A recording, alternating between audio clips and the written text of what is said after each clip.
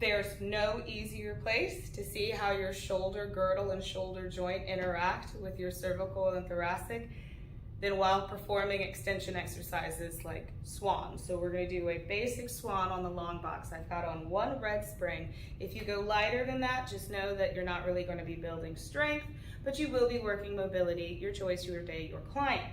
So coming onto the box, I wanna be a little top heavy forward. So it gives some support for the legs, right? And a little easier on your low back. Hands onto the bar. And I always start this with just easy push out, bend elbows, pull in. And with elbows, I want to see them lifted away from the floor to be in line with the upper back and chest. If they're going downwards, you're going to be more inclined to give into gravity. And this is the kyphosis that we're all trying to fight. All right, so woo, elbows bend, right? And an inhale as the spring opens and you stretch open your ribs. And an exhale as you come in. Now, people with nice, healthy, mobile shoulders are going to immediately go, this is really easy. And it shouldn't be hard. You should be able to glide and move the shoulder blade along the surface of your ribs when you bend your elbows. So it shouldn't be hard. That's how you know we're ready for the next thing, the actual Swan. Because this mobility of the shoulder blade, being able to come together and pull down as well as pull apart and up to enable me to move my arm, joint, and girdle. Well, what if we say, well, keep pulling down and together? That should trigger extension of the cervical and thoracic spine. Now, here's something to keep in mind. We're not pulling on the bar. We're also not resting on the bar. I am pushing the bar, and that's where the challenge comes in. Because we're so used to being forward anterior, you're thinking that when we push with the arms, we end up seeing this. Now, do you see how I can't actually get any more extension? Because what is this position standing up? Realize this, that you doing this, right? How are you gonna keep back bending like that? You cannot do a backflip that way. You get 0 points in the Olympics for that, right? So we're actually pushing into the bar to drive the humerus into the socket to force the shoulder blades down and together, to trigger your cervical and thoracic extensors to get up in the party and pull you up in Swan and pull the stretch of your anterior front body and then retracts into the front body to pull you down. Now, to get a nice stretch in your traps, in your upper trapezius and some of that lower trapezius, drop your head while still remaining the push into the bar. Sorry, it feels really good. And I'm using my posterior deltoid and so much of the back of my shoulder to keep my humerus from dropping in space that it forces this nice eccentric stretch of my trapezius. Then look at it. Look at it, bring my head up. Hello. Push into that shoulder girdle. Push into the joint. And then pull yourself back forward with your front body to find all of those muscles lengthen back out.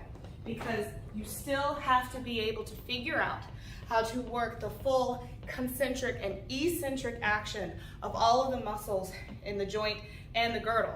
But if you focus on your spine, if you focus on how to maintain its strength and focus on how you actually need to use your shoulders in order to help extend versus just push you up off the box, then your shoulders will actually just do what they have to do.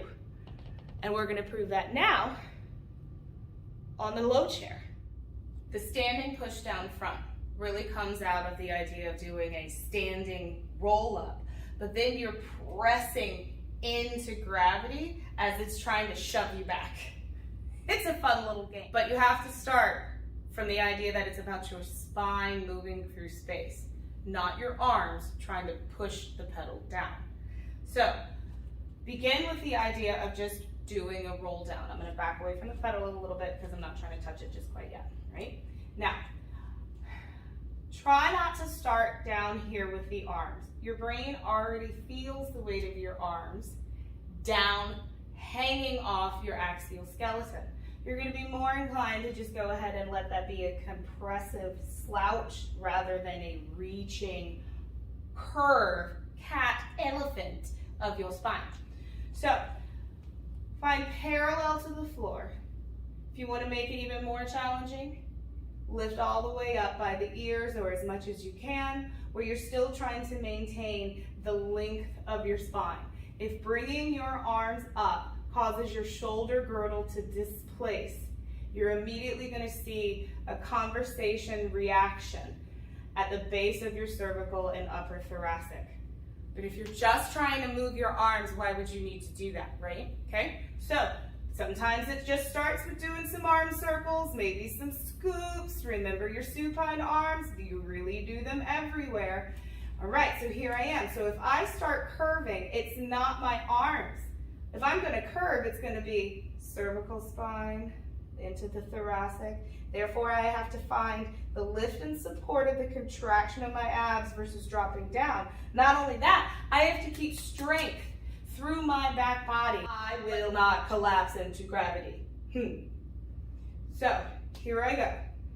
From the spine, out over, reaching out to roll down. I still haven't really moved my arms. Notice that. Then to roll up, I'm going to bend the knees because it's that kind of day. And I'm going to start pulling up through the front body into the back body. Notice I'm not letting my arms dangle because I want to feel the strength of that eccentric work of my back body still as work. And then pull me up because this is my swan. This is my pull straps, my T, which actually brings my front body back up, which makes us human biped animals. Right now, I'm just going to step closer to the chair. Right, I'm about a foot distance away. You know, scientific measurement right there. So now if I start with my arms forward, it's no different, right? I'm not going to reach for the pedal. No. I'm going to bring my spine forward and out. And this is great to really teach yourself that you're not supposed to be dropping. You're really going out and through. So then at a certain point, it's either my arms have to shove, which is a no, or I have to keep contracting from my abdominals to peel my spine over. And now here it goes. I'm not going to shove. I'm just going to continue with the articulation of my spine and think more pour into the pedal. And exhale halfway up where I have to maintain contraction, right? Or the spring throws me. And down. And inhale. And exhale down.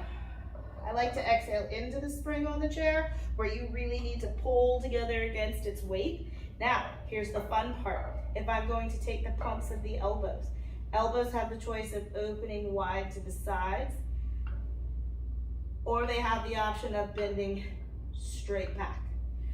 Bending straight back gives you more tricep work. Opening out to the side is going to be more work in your chest, right? Now, here's the thing. It's not coming from the idea of the shoulder girdle. It's coming from the idea of pulling the spring up into you and then pushing it away while you maintain the shape of the curve of your cervical, thoracic, and yes, lumbar hopefully too. And if you need to, obviously bend your knees, take your feet apart, change your stance, whatevs, right? Now, if I start just doing it from the shoulders, and you see how all of a sudden now I also cannot maintain the shape that I want in my spine. So again, make it about your spine. When I go to roll up, here I go. Now here's what you're gonna see. If I drop my arms and still keep coming up, you see that displacement, you see that hanging off. See, this is where so many of us have been taught, suck your shoulder socket together and isometrically pull or pull your shoulders down. Just put yourself back on your arms. Do one more if you need to, right? Coming up, just let go. And keep reaching your arms forward, forward, forward. And ears in line as best you can. If they have to lower, fine. But keep lifting them when spaced with you. Because you know your goal is to come up, open, and around. Avoid as much as you can just letting the arms complacently fall down to try and touch your toes, which can be a nice relaxing stretch. Maybe that nice little dangle really actually kind of opens up your back a little bit and roll up. But if you're going to do that, make that choice I avoid teaching roll downs that way with my clients because they already know how to do that. They already know how to let their arms just kind of slide off and not do anything.